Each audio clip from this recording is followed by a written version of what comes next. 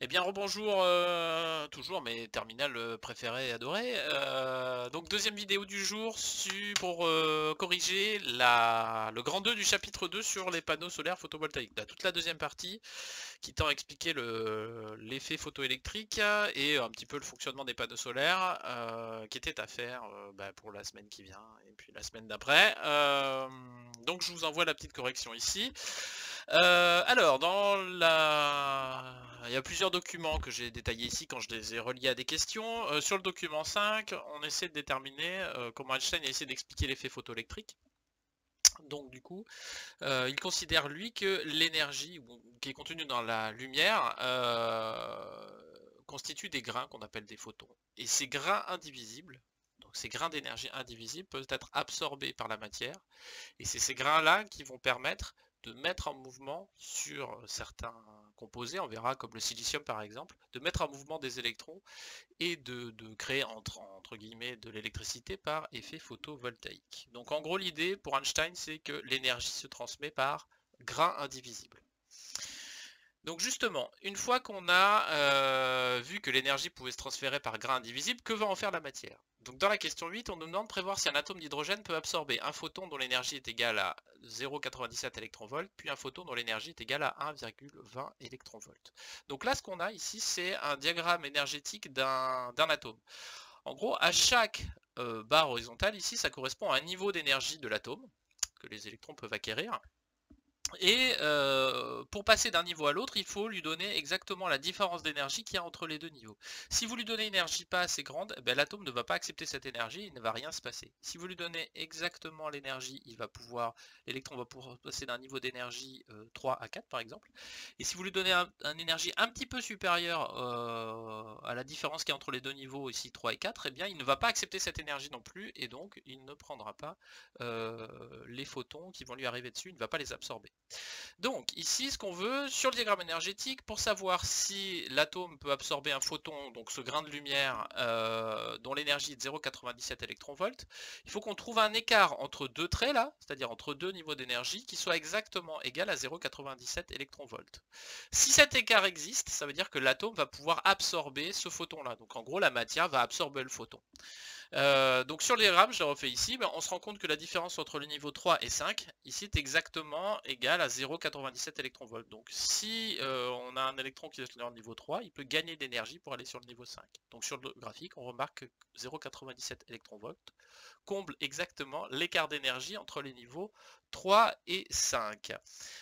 Donc la différence d'énergie entre le niveau 3 et 5, hein, si je fais le calcul, c'est moins 0,57 moins 1,51, ça correspond bien à un écart de 0,97 électronvolts. Donc là ça marche. Par contre pour la deuxième énergie, 1,20 électronvolts, on a beau essayer de combiner toutes les différences d'énergie entre les niveaux, ici on n'arrivera jamais à obtenir un photon absorbé de 1,20 électronvolts. Hein. Donc on n'a aucune transition entre les niveaux d'énergie qui correspond à cette valeur d'énergie là. Donc cette question là ici, elle était peut-être un petit peu compliquée. Bon, j'espère que vous avez bien compris là que le photon va amener de l'énergie et si elle correspond exactement à la différence entre deux niveaux, l'atome va pouvoir l'absorber. Ça a donné naissance à plein de théories dans la mécanique quantique. En gros, le fait que l'énergie dans les atomes ne peut pas prendre n'importe quelle valeur, elle est, qu'on dit, quantifiée. Et donc, c'est pour ça qu'on parle d'énergie quantique. Bon, ça, c'est pas l'objet du cours. On y reviendra peut-être un jour quand je vous expliquerai ça en détail.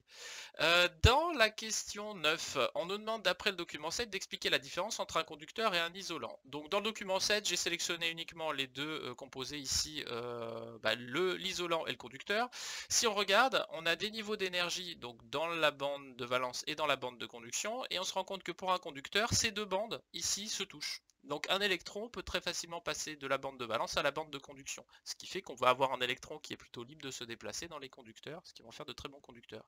Par contre, pour l'isolant, les électrons se trouvent dans la bande de valence, et comme la bande interdite ici est très grande, ils ont beaucoup de mal à aller dans la bande de conduction, donc de rendre l'isolant conducteur. Alors on peut toujours rendre un isolant conducteur, mais c'est très dur pour un véritable isolant.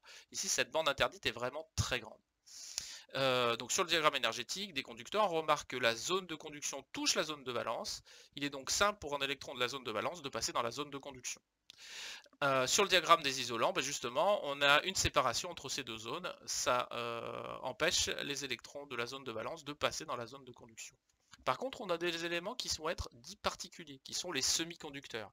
Et pourquoi leur propriété est-elle intéressante? Justement, ils ressemblent aux isolants. Si on regarde ici, on a le même principe. On va avoir la bande de valence, la bande de conduction qui sont séparées par une bande interdite. Par contre, cette bande interdite ici est beaucoup plus petite dans le cas des semi-conducteurs. Et donc, c'est ce que je mets ici, cette bande est beaucoup plus petite que celle des, est beaucoup plus petite que celle des isolants, pas des conducteurs. Et donc, ce qu'on peut faire, c'est si jamais on arrive à communiquer de l'énergie à ce semi-conducteur, eh bien, un électron ici de la bande de valence va pouvoir récupérer assez d'énergie pour passer à la bande de conduction. Et s'il passe dans la bande de conduction, dans ce cas-là, le semi-conducteur qui était isolant devient à ce moment-là conducteur. Donc, pour ça, ici, l'énergie radiative va être intéressante pour permettre à un semi-conducteur de passer de l'état d'isolant à conducteur. Donc un semi-conducteur est donc naturellement isolant, mais si on lui communique la bonne quantité d'énergie, il peut devenir conducteur ici. Et ça peut être par de la lumière, comme un petit peu ce qui se passe sur les panneaux solaires photovoltaïques. Sur les panneaux solaires photovoltaïques, ce qu'on vous demandait, c'était de compléter la chaîne énergétique qui était donnée dans le document 8. Cette chaîne énergétique, c'était celle-ci. Donc on a au départ de l'énergie lumineuse. Cette énergie lumineuse, ici, ce qu'on souhaite faire, c'est la transformer en énergie électrique. Et on va toujours avoir une paire d'énergie sous forme d'énergie thermique ici. Bon, ça me semble pas être le diagramme énergétique le plus compliqué que vous ayez à remplir. Et donc justement, dans ces panneaux photovoltaïques, on va venir mettre des semi-conducteurs. Et ce qui nous intéresse ici, c'est d'essayer de comprendre plusieurs choses, déjà lesquelles on va utiliser et pourquoi est-ce qu'on pourrait être amené à en mettre plusieurs. Donc ici j'ai modifié la question, je crois que dans la question je vous avais mis documents 8 et 9 et en fait c'est documents 9 et 10 pour expliquer l'intérêt de mettre différents semi-conducteurs dans les panneaux solaires.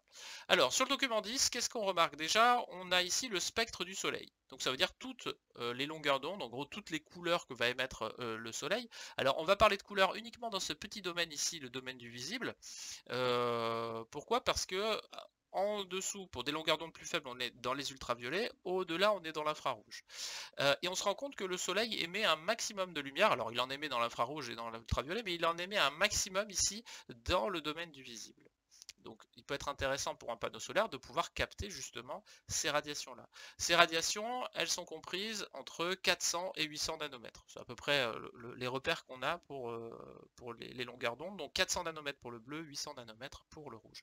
Et donc maintenant que je sais ça, je vais pouvoir basculer sur le document 9 ici qui me donne les absorptions possibles faites par différents types de silicium en fonction de la longueur d'onde. Donc sur le document 9, on remarque qu'aucun des semi-conducteurs présentés ne couvre à lui seul la totalité du spectre du visible. Ici, on a aucun qui couvre complètement le 400-800. C'est-à-dire qu'ici, on a celui-ci qui couvre d'une bonne partie, là un petit peu, mais on n'a aucun semi-conducteur qui a une absorbance maximale autour de cette bande de 400-800. Chacun d'entre eux est plutôt complémentaire les uns des autres. Et donc il peut être intéressant d'en mettre plusieurs sortes dans un panneau solaire pour être sûr de capter un maximum de rayonnement lumineux ici du soleil, c'est-à-dire d'être sûr qu'on soit performant dans les 400 nanomètres pour capter cette lumière qui a cette longueur d'onde là, et qu'on soit aussi performant pour capter les longueurs d'onde vers 800 nanomètres. Donc on est parfois amené à mélanger les semi-conducteurs dans les cellules photovoltaïques des panneaux solaires. Hop là, si je ne mets pas où il faut, ça va pas bouger. Pardon. Donc, deuxième partie de la question, c'était essayer de déterminer quels sont les semi-conducteurs qui seraient les plus favorables pour le rayonnement solaire. Donc si on s'intéresse uniquement au domaine du visible, celui qui semble couvrir la plus grande surface, ça semble être le bleu là, donc il couvre une surface un peu sur les 400 nanomètres et puis surtout il augmente vers les 800 et un peu vers les infrarouges.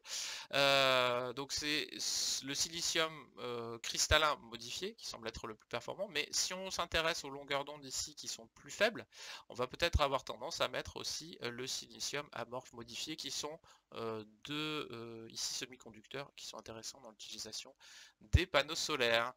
Bien, ah non, il y a encore une question, pardon. Expliquer ce qui fait que les semi-conducteurs des matériaux sont utilisés dans les cellules photovoltaïques des panneaux solaires.